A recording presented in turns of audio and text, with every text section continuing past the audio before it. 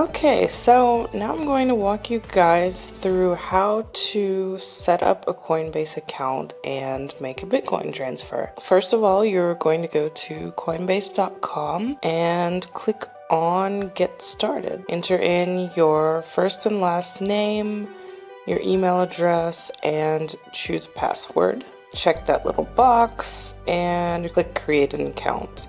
Then you have to agree to all of their privacy policies and verify your email address. Once you've verified your email, you have to set up two-factor authentication. With Coinbase, you don't have the option of opting out of it. So you're going to select your country, enter in your phone number, and click to have the code sent via text to your phone. Once you get the text, you enter in the code and submit it, and then you have to verify your identity. You're going to enter in your birth date, address, and apparently now you have to say what you're using Coinbase for, what your source of funds are, and what your current occupation is.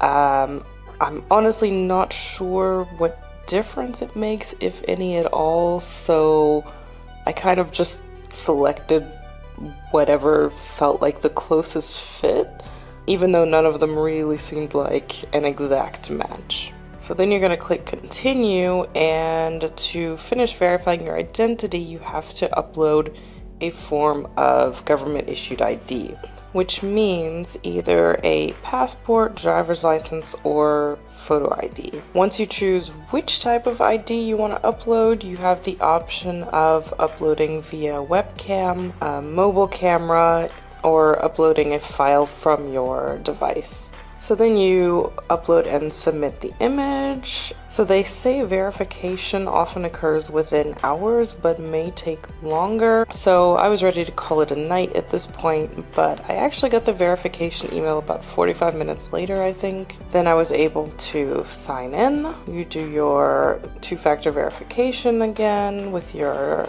text message code. And if you check the box there, that means that you don't have to enter in the code for the next 30 days, which is pretty practical if you don't happen to have your phone on you when you're trying to log in. Once the code has been verified, you also have to authorize the device you're using. So you're going to get an email for that containing your location and IP address, and have to authorize it to make sure that no one is trying to hack into your account. I'm logged into my Coinbase account. I'm going to go down to my portfolio, click on euros or dollars, whatever your currency is, and then click on deposit. Because my Coinbase is linked to a German bank account, obviously my screen is going to look slightly different, but basically you just enter in the card information like you would on any other website.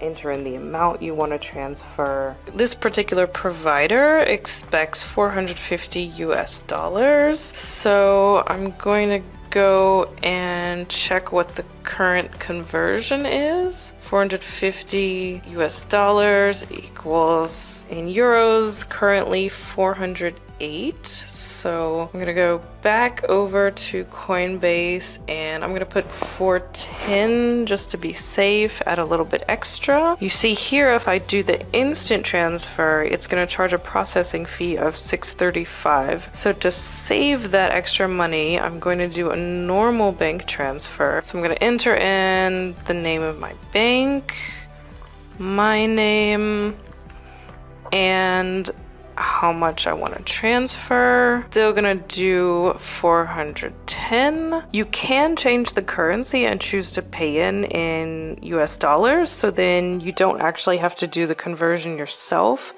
But I prefer to do it in euros because my account is in euros, and you might be charged a fee from your bank if you have a charge in a different currency. But your provider should tell you what the conversion is anyway. I click continue, click these double boxes to copy the reference number. They say that's really important. The transfer will not go through without the reference number. Then I click continue, and here I've got all the information I need to make the transfer. So I'm going to go over to my bank's website, log into the online banking, click to create a transfer, and here I'm going to enter in that reference code. I'm going to copy the IBAN or account number depending on what you use where you are. I'm going to put in the same amount again, 410. And for the name, you do have to manually copy and paste that. They don't have those double boxes there. Then I am going to send that transfer. Okay, so now my transfer has been sent. I'm going to go back to Coinbase and click I've sent the funds. And now we wait for the funds to arrive. Normally, I would expect them to arrive the next business day, at most 2 days later, but they do say that it can take up to 3 days. So you have to be prepared with a little extra time on your hands in this case. Okay, so I sent my transfer from my bank to Coinbase just before the bank closed Friday afternoon. And as you can see, I got a confirmation email from Coinbase that they had received the deposit at 12:34 on Monday. So it actually goes really quickly, less than a full business day. You have the amount and the date of the transfer in the email. And if you click on view deposit, it will redirect you to Coinbase. Yeah, and again, it will show you your deposit, the account it came from, and the exact time that Coinbase received it. I'm going to exit that. You can see here my balance is 410 euros, which is exactly what I just transferred. And now I'm going to go click on trade, and I would like to buy Bitcoin. So I'm going to put in 410, and I'm paying with my Euro wallet.